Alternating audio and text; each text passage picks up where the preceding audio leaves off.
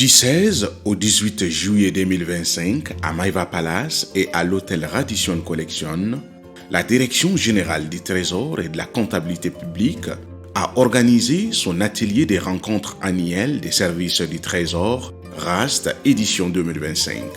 Cet atelier visait à impulser une dynamique entre les cadres du Trésor et leurs partenaires afin de partager les orientations stratégiques fixées par les autorités. Il visait également à mobiliser, soutenir et accompagner les cadres du Trésor autour des objectifs stratégiques. Il s'agissait aussi à mettre en place la feuille de route des réformes tout en valorisant les avancées et les réussites aux fins de proposer des solutions adéquates et efficientes. À cet événement étaient présentes plusieurs grandes personnalités du pays, dont le ministre de l'Économie et des Finances, et autour de lui, plusieurs hauts fonctionnaires du Trésor et autres services financiers. Cette édition de 2025 avait pour thème la qualité comptable, le défi de la digitalisation dans l'exécution du budget de l'État, la gestion budgétaire et comptable des établissements publics nationaux, enjeux et perspectives.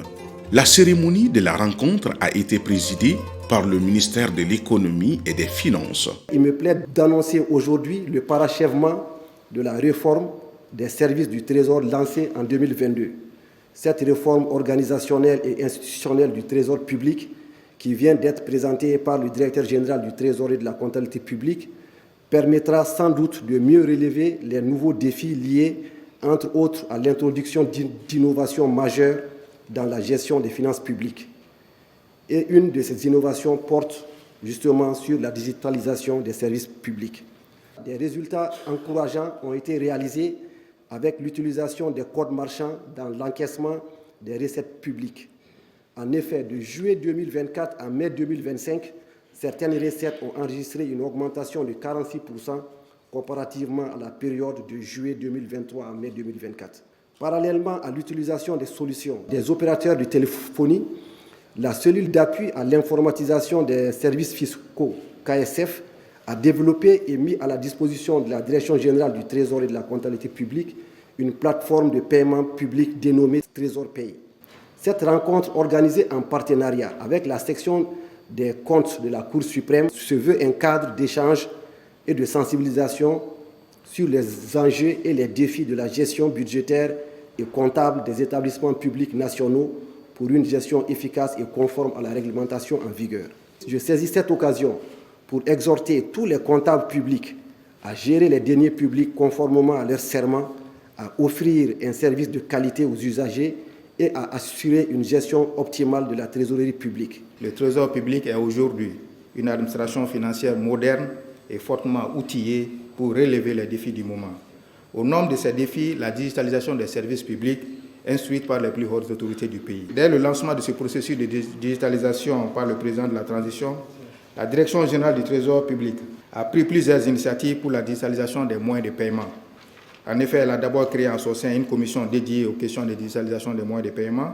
Ensuite, le Trésor public, en étroite collaboration avec les opérateurs de téléphonie, a activement participé au déploiement de la première solution de digitalisation des moyens de paiement par l'intermédiaire de codes marchands pour l'encaissement d'un certain nombre de recettes, notamment relatives à la carte d'identité nationale, aux amendes et aux contraventions et à l'état civil. La cellule d'appui à l'informatisation des services fiscaux du ministère de l'Économie et des Finances, la KSF, a développé et mis à la disposition de la DGTCP une plateforme de paiement dénommée Trésor Pay. Cette plateforme sera à terme la plateforme unique de paiement qui sera utilisée par l'ensemble des services publics avec plusieurs fonctionnalités. Avec cette réforme, nous avons également la restructuration de l'Agence comptable centrale du Trésor par la création de structures dédiées à la gestion des dépôts et consignations, mais également des dépôts des fonds, des projets et des programmes, à savoir la création de la CDC et également la création de l'Agence comptable centrale des dépôts, ACCD, qui sera la Banque du Trésor. Et enfin, cette réforme va permettre la réorganisation de la recette générale du district par sa scission en deux entités distinctes, notamment la recette générale des finances et la trésorerie du district de Bamako. L'objectif est de créer un cadre d'échange et de synergie entre les cadres du Trésor et leurs partenaires pour une réalisation efficace des missions du Trésor public. Permettre la mise en œuvre réussie des réformes engagées dans la gestion des finances publiques, la modernisation des métiers et de l'organisation des services. Informer les participants sur l'actualité et l'évolution des métiers du Trésor public. Informer les cadres du Trésor public et les partenaires sur les récentes évolutions constatées dans le cadre des réformes institutionnelles et organisationnelles des services du Trésor public.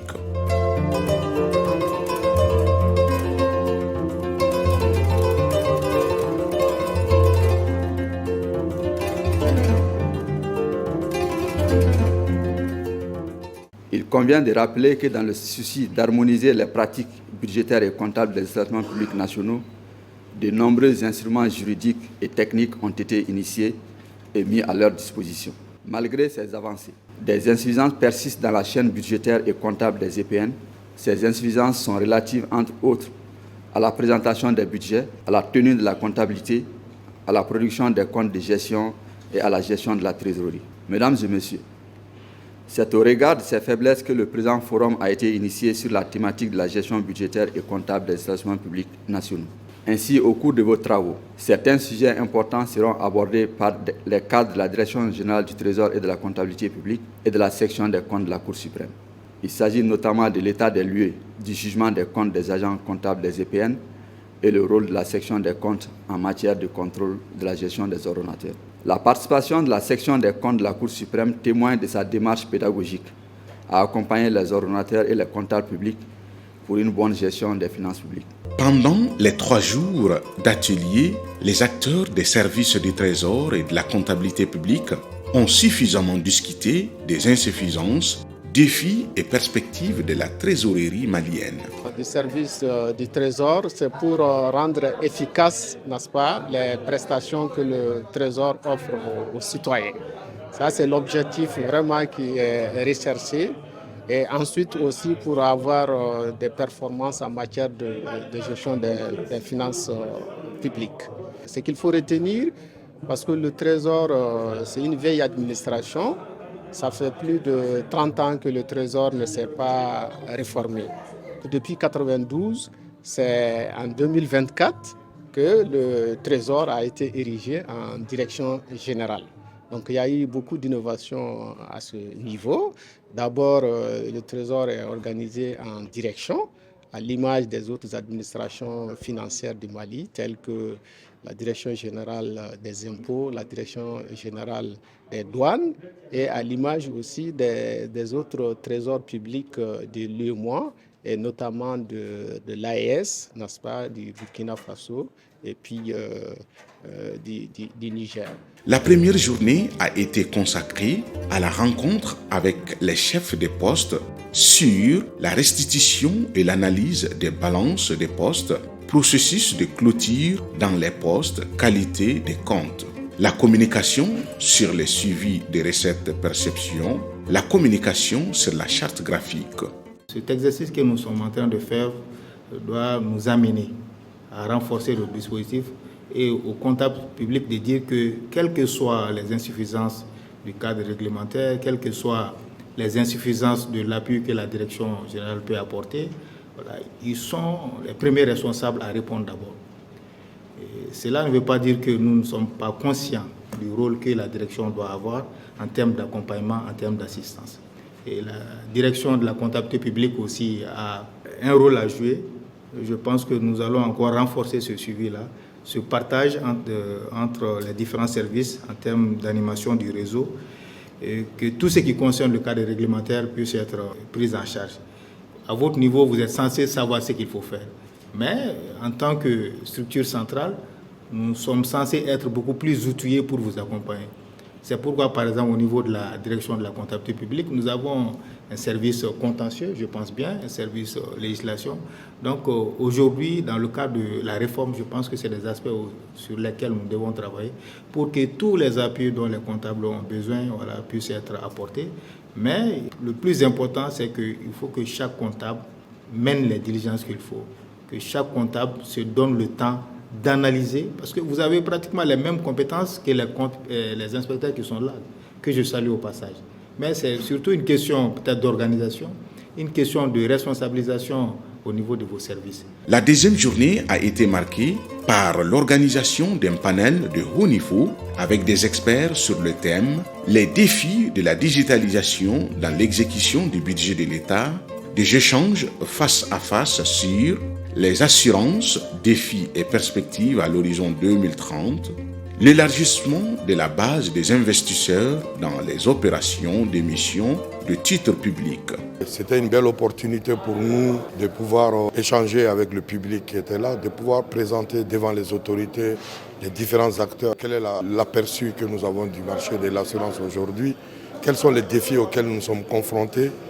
Et quelles sont les perspectives qu'on peut imaginer pour les années à venir, à l'horizon 2030? Donc on a fait face, comme vous le savez, à un certain nombre de défis, des défis que nous avons catégorisés en termes de défis réglementaires, défis fiscaux, défis socio-culturels, défis organisationnels et un défi commercial. Sachant qu'il y a un certain nombre de réglementations auxquelles l'assurance doit faire face. Donc on doit être mieux préparé, comme l'augmentation du capital social minimum de 3 à 5 milliards, qui va poser un problème de rentabilité tant qu'on ne va pas augmenter le chiffre d'affaires. La digitalisation trouve toute sa place dans notre évolution, parce que ce soit pour l'assurance, la microassurance, l'assurance agricole, les produits d'assurance automobile, les prestations santé, nous sommes en train de digitaliser plusieurs process. Parce que nous estimons que la digitalisation n'est pas un simple phénomène de mode, c'est une chance que nous avons de pouvoir réinventer notre métier. Enfin, le troisième jour, les agents comptables des établissements publics nationaux, EPN, ont discuté du thème « Défis et perspectives de la gestion financière des EPN », tenue de la comptabilité, reddition des comptes, signature unique des paiements. Ce qu'on peut retenir, c'est que pour l'instant, nous sommes confrontés au stock énorme de comptes à juger.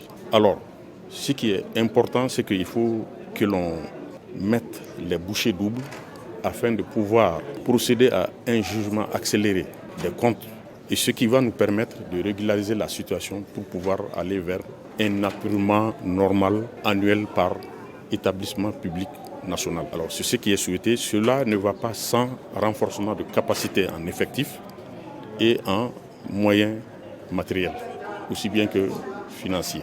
Sincèrement, cette rencontre est une première pour moi. C'est de satisfaction.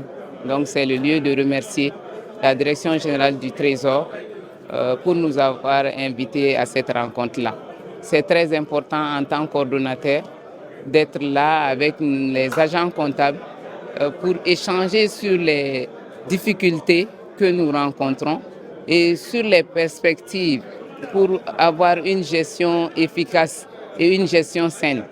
Donc c'est très important que nous soyons à cette rencontre-là, que nous puissions donner les contraintes que nous avons et que le Trésor puisse nous répondre sur certaines questions. Nous, en tant qu'agents comptables, on a toujours voulu, on a vraiment insisté auprès de la Direction générale du Trésor pour que ces genres d'échanges soient vraiment des échanges permanents et que ces échanges sont vraiment des échanges très très fructueux, en tout cas qui donnent la mesure de la responsabilité de tout un chacun, c'est-à-dire les ordonnateurs et les agents comptables dans la gestion des données publiques. La mauvaise interprétation des textes qui existent entre les ordonnateurs et les agents comptables. Sinon, lorsque tout un chacun fait son boulot, je pense qu'au regard des textes, je pense qu'il n'y aura pas de conflit. Donc ce genre de forum permet à élaguer ce genre d'incompréhension entre agents comptables et ordonnateurs. La rencontre annuelle des services du Trésor RAST est en réalité une opportunité inouïe pour les cadres d'échanger sur les évolutions des métiers du Trésor, analyser les difficultés rencontrées, identifier les défis, dégager des perspectives et faire des recommandations pour un meilleur accomplissement des missions du Trésor et de la comptabilité publique. Vivement la prochaine rencontre.